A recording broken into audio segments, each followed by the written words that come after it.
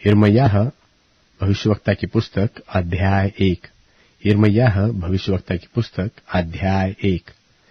हिल्किय्याह का पुत्र यिर्मयाह, जो बिन्यामीनी देश के अनातोत में रहने वाले याजकों में से था, उसी के ये वचन है।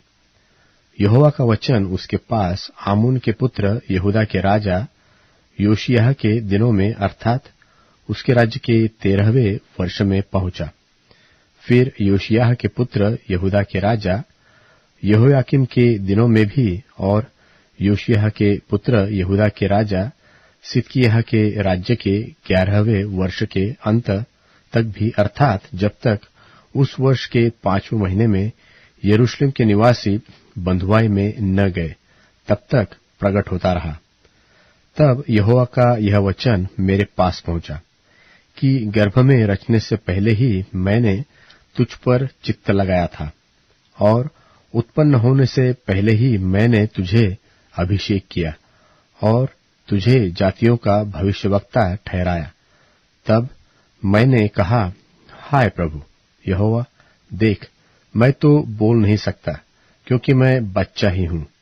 यहोवा ने मुझसे कहा, मत कह कि मैं बच्चा हूं, क्योंकि जिस किसी के पास मैं तुझे भेजूंगा वहां तू जाएगा, और जो कुछ मैं तुझको कहने की आज्ञा दूं वह तू कहेगा।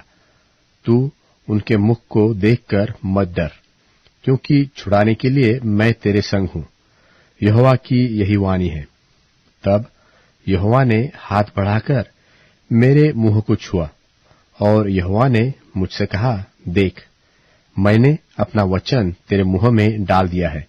सुन, मैंने आज के दिन गिराने और ढा देने और नाश करने और काट डालने के लिए और बनाने और रोपने के लिए तुझे जातियों और राज्यों पर अधिकारी ठहराया है। फिर यहोवा का यह वचन मेरे पास पहुंचा कि हे यिर्मयाह, तुझे क्या दिखाई पड़ता है?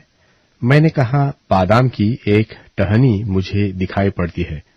तब यहोवा ने मुझसे कहा, तुझे ठीक दिखाई पड़ता है, क्योंकि मैं अपने वचन को पूरा करने के लिए जागरूक रहता हूं।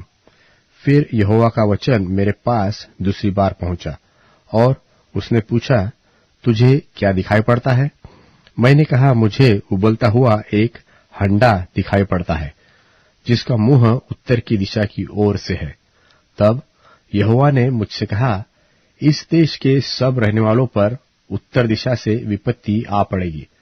यहोवा की यह वाणी है कि मैं उत्तर दिशा के राजा और कुलों को बुलाऊंगा, और वे आकर यरूशलेम के फाटकों में और उसके चारों ओर की शहरपनाह और यहूदा के ओर सब नगरों के सामने अपना अपना सिंहासन रखेंगे, और उनकी सारी बुराई के कारण मैं उन पर दंड की आज्ञा दूंगा, इसलिए कि उन्होंने मुझको त्याग कर दूसरे देवताओं के लिए धूप जलाया और अपनी बनाई हुई वस्तुओं को दंडवत किया है।